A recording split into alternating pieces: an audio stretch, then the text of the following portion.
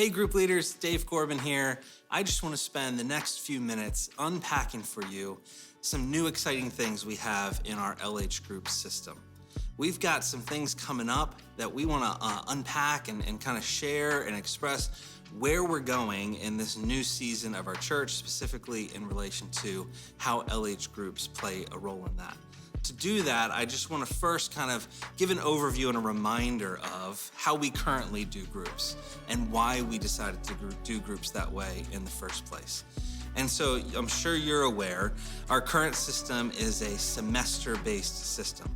So our groups run on a semester where we have 3 semesters each year. There's a spring semester which runs for about 12 weeks, a summer semester which runs for about 8 weeks, and then a fall semester which runs for another 12 weeks. And there's usually about 6 weeks in between each of those. And there's some good things about that, which I want to talk about. With that semester-based system, we also have what we would call a free market approach. This is an approach to doing small groups which says group leaders have the ability to make a decision about what their topic's going to be or what their focus for their group is going to be. And so it's not the church coming in saying, hey, you have to do this or focus on this for this season. There have been times that we've said, hey, we've got this book that we really want everybody to focus on. But for the vast majority of our LH groups, it's been, hey, it's up to the leader to decide. And there's a lot of value to that. There's a lot of things we love about that. Now, there's some pros to each of those things, a semester-based system with a free market approach. A lot of those pros come down to, hey, there's a variety of topics being covered.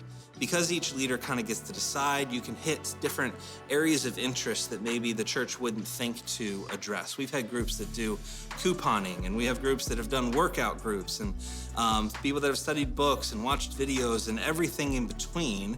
There's been this wide variety, which kind of brings a broad appeal to the congregation to be able to find something that might be a little more niche or a little more interesting to them than something that might be somewhat generic.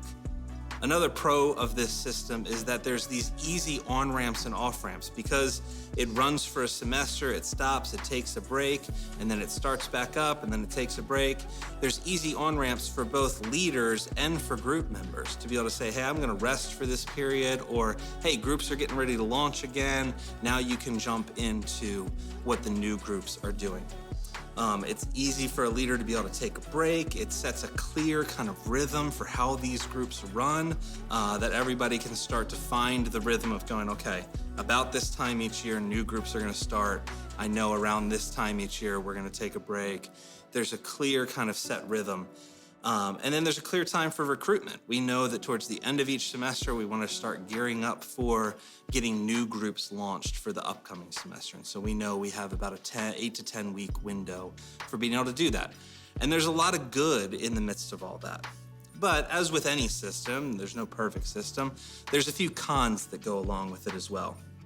Some of the ones we've seen recently and over the years, especially in my time here, is that there's this heavy focus in these kind of systems on what the curriculum is. Because it's a free market approach where everybody's picking their own thing, and the focus is very much on, okay, my group's gonna do this, my group's gonna do that, we're gonna study this, we're gonna study that. And so the focus becomes all about what does the leader want the topic to be. And that sometimes creates some issues. One of the issues that creates is that there becomes this real pressure within the group. You've got 12 weeks. We've got to get through this content. We picked this topic. People signed up for this topic. We've got to get through this topic in 12 weeks. There's this pressure that gets put on top of that. Another thing that comes along with that is there's all these variables involved now. Because each group is doing something very different and very widespread, and then there's things, multiple days of the week, different areas of the state or the town. There's so many different variables where it may look like, oh, we got 80 groups this semester, but when you start filtering through all the variables, the options become very limited very quickly because there's so many different things going on with so many different topics, different days of the week, that it's sometimes hard, especially for new people, to be able to find a group that fits where they're at, what they're interested, all those sorts of things.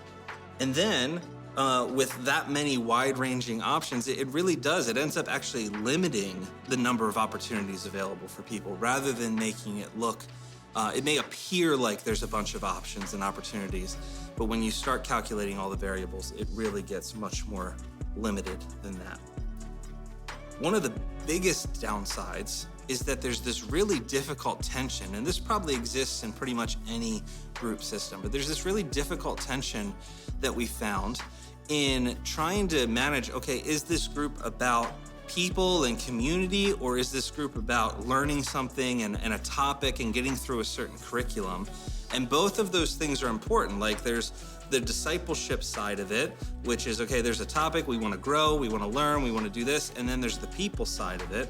And there's this constant pull between these two, this tension that we felt. And a lot of that comes down to why we even decided to do this kind of group system in the first place.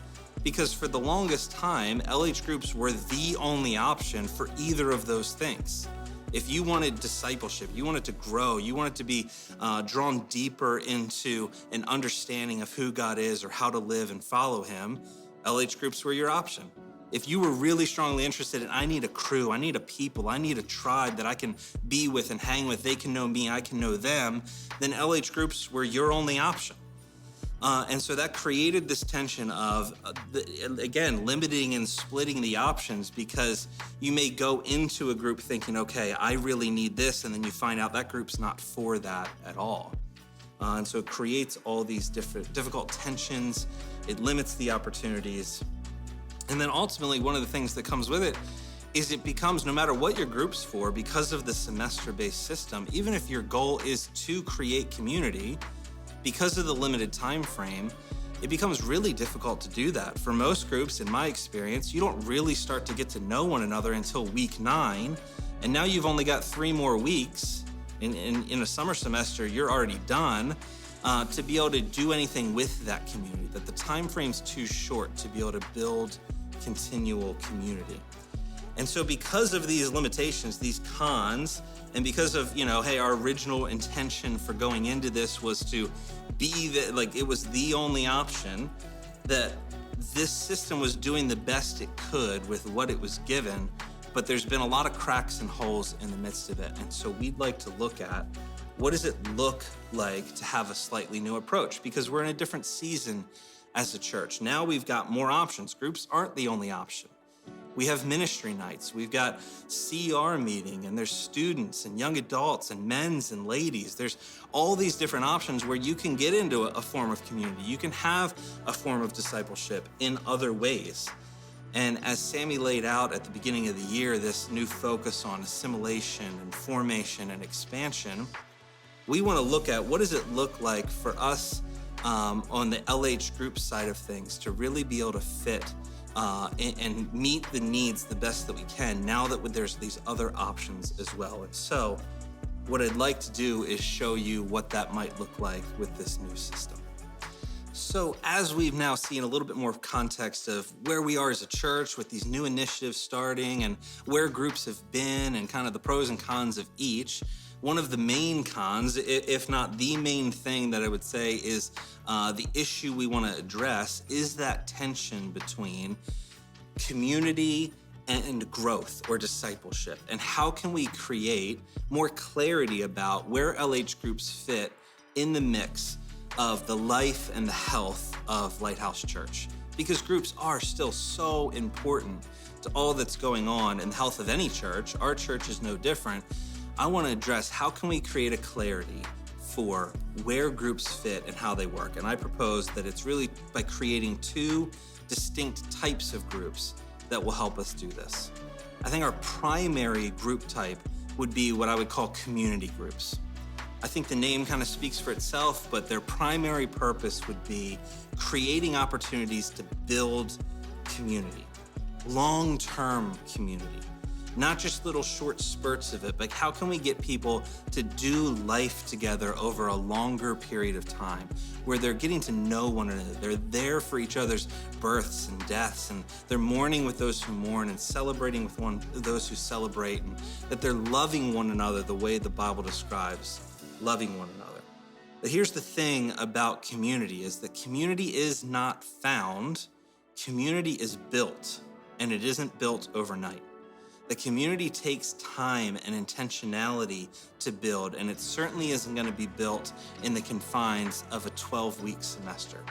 And so community groups would remove the confines of a semester-based format and say, hey, let's take this, and as long as it needs to last, we're gonna have it last. And so the proposal here would be to say, get rid of the semester-based format and move to where group leaders make a commitment. Anywhere from 4 to 9 months, you're saying, I'm committing to leading this group for this period of time. And as you're getting towards the end of that commitment period, you have the option to renew that and continue even longer. Or if you need to take a break for a little bit, you're free to do that as well. We're not trying to create a system that imprisons you to your group for the rest of your life, but a system that creates an opportunity for you to build more community and not be like, oh, we got to week 9, we're finally finding our rhythm, oh, now we have to stop. That you're able to continue. Honestly, there are a few groups that we have that have really healthy community, and they're the groups that ignore the semester-based system anyways and keep meeting all the time. And so we just want to take what's working in a really healthy way in some of these other groups and bring it into a little bit more of a systematized way of saying, hey, just make the commitment to say, hey, 4 to 9 months. And as you get close, we'll ask, hey, do you want to continue or not? And you can choose to continue or you can take a break. One of the things that this does is it should relax and bring some flexibility to you as a leader to say, you don't have to feel the pressure of, well, I can't take a week off. I've only got 12 of them. You can say, hey, you know what? We're going to take a week off this month, or hey, we're coming up on the holidays. We're going to step off for a little bit. We'll meet back on this date. And you don't have to update us. You don't have to feel guilty about that. You can just make that decision in the life and the health and the rhythm of your community to say, hey, this makes sense for us. It also says, hey, you've got to take a week off. You can create an opportunity for somebody to be able to step in, again, without the pressure of, well, I've got to get through this curriculum. I've got to get through this semester. I only have 12 weeks. You have more time, so hopefully you should be able to breathe, relax, take the pressure off, and enjoy it a little bit. And so with this, the focus is on building community, loving one another, getting to know one another, encouraging one another. And so the primary focus isn't the curriculum anymore. They're still having discussion, having a point of focus. That's still going to be a part of the process. Discipling one another, that's always there. Anytime you gather a community in Jesus' name, there's going to be a discipleship that happens. But that's not the primary focus. You're not there to teach the Bible. You're not there to inform on a specific topic all the time. But you can say, hey, we're going to do the sermons for this season, all right? We want to read through this book of the Bible. And the pressure is off you having to teach or instruct or do those sorts of things, and more have a discussion around Jesus. Have a discussion within your community and just breathe and work through it and get to know one another as you do it. That we really want to take that emphasis in these community groups off of intensive discipleship or training or topics, and let the group just get to know one another, serve one another, love one another. Yes, talk about Jesus. Yes, study the Bible together, but not to feel, again, that pressure of having to get through a specific topic, because we're able to do that because we're also going to create a second type of group called a growth group. And a growth group is specifically designed to be able to provide that kind of instruction and discipleship, that area of focus. This would be something that was more semester-based, 8 to 12 weeks of kind of a focused training on a specific topic. Think topics like Financial Peace University, or divorce care, or premarital, or marriage, or parenting. Like, you could take a topic and go, this group of people in this season of life needs to focus on this topic, and we're gonna do it for this 8 to 12 weeks during this semester.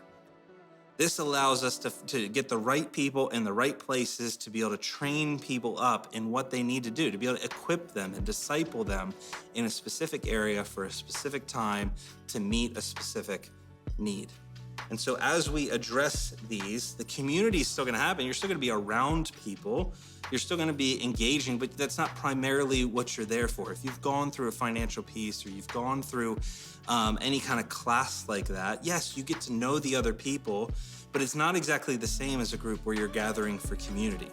And so yes, you're gonna get to know each other, you're gonna get to have that, but you're primarily there to grow, and the leader is primarily there to help you grow. Now, there might be times that we go through that group and you get to know one another and you want to spin that group off into a community group to continue meeting together. That's totally fine. But the idea is we have community groups focusing on community, growth groups focusing on growth, and that as they do each of these, it fits really nicely into kind of an idea of what's going on with the rest of the church. That if you think of kind of the balance of community and discipleship, you would have community groups kind of at the top.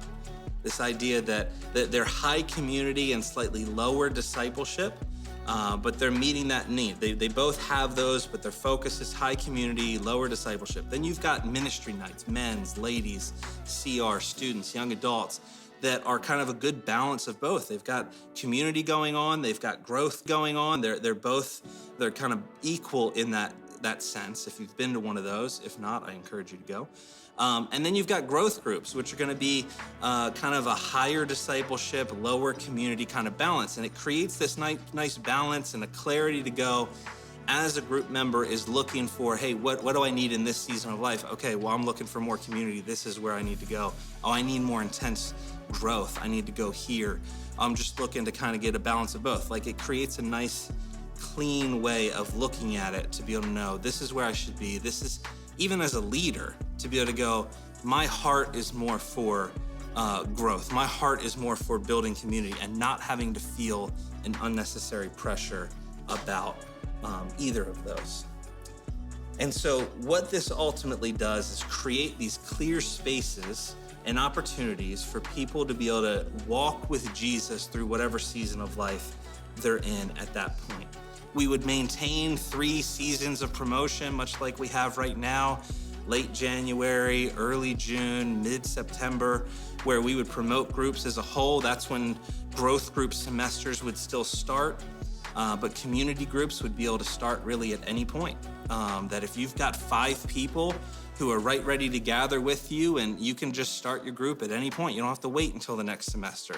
Groups are constantly coming and going and working in a cyclical fashion. And so we just want to create this to be able to provide that level of clarity so that you can understand where you fit as a leader, and so group members can clearly find what their next step is for community and for growth. So listen, I'm sure you have a ton of questions. I just unpacked a pretty complex system that's going to be an integral part of LH Groups and our church for some time to come in about 15 or 20 minutes. There's obviously a lot more details that need to be fleshed out and explained.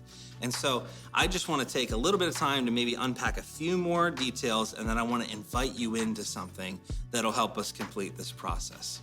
So first, just to talk briefly about what does it look like as a group leader? What would be required to be able to become a group leader for each of these types? So first, for community groups, that would remain pretty much the same as what becoming a group leader has always been.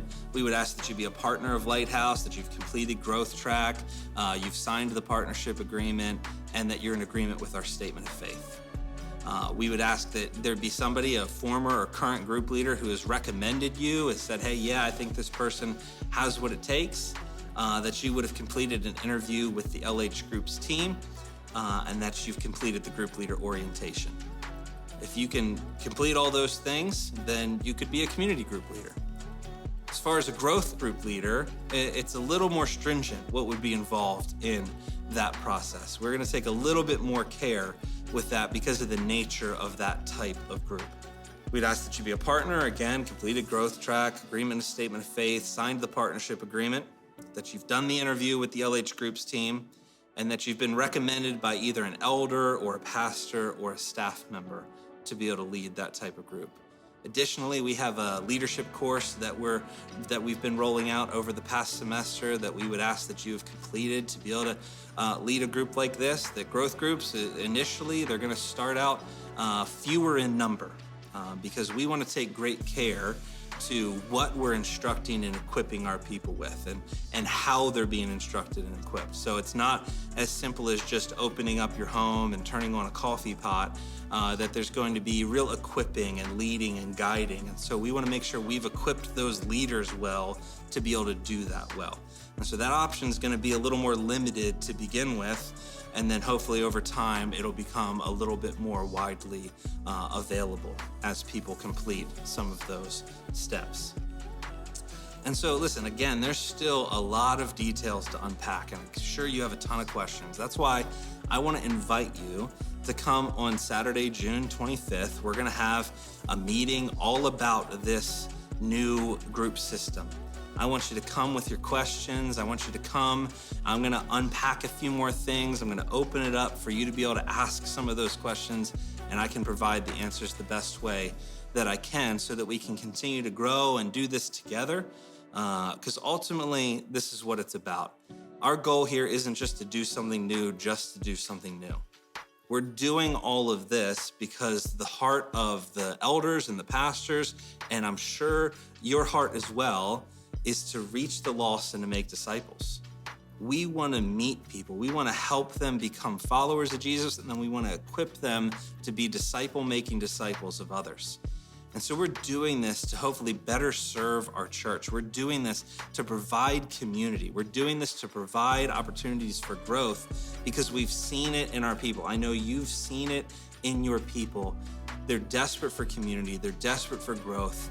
But life happens in weird ways, and seasons come and seasons go. And this allows us to create clear opportunities to meet more people right where they're at, rather than asking them to become more confined by our system.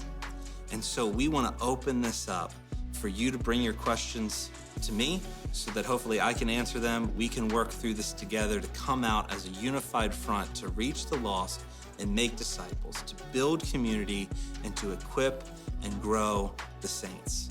I thank you so much for being a group leader so far. I ask that you would just continue to be praying for what we're doing here, that you would be open to what's being talked about, that we would continue to work together to accomplish the mission that Jesus has given us all.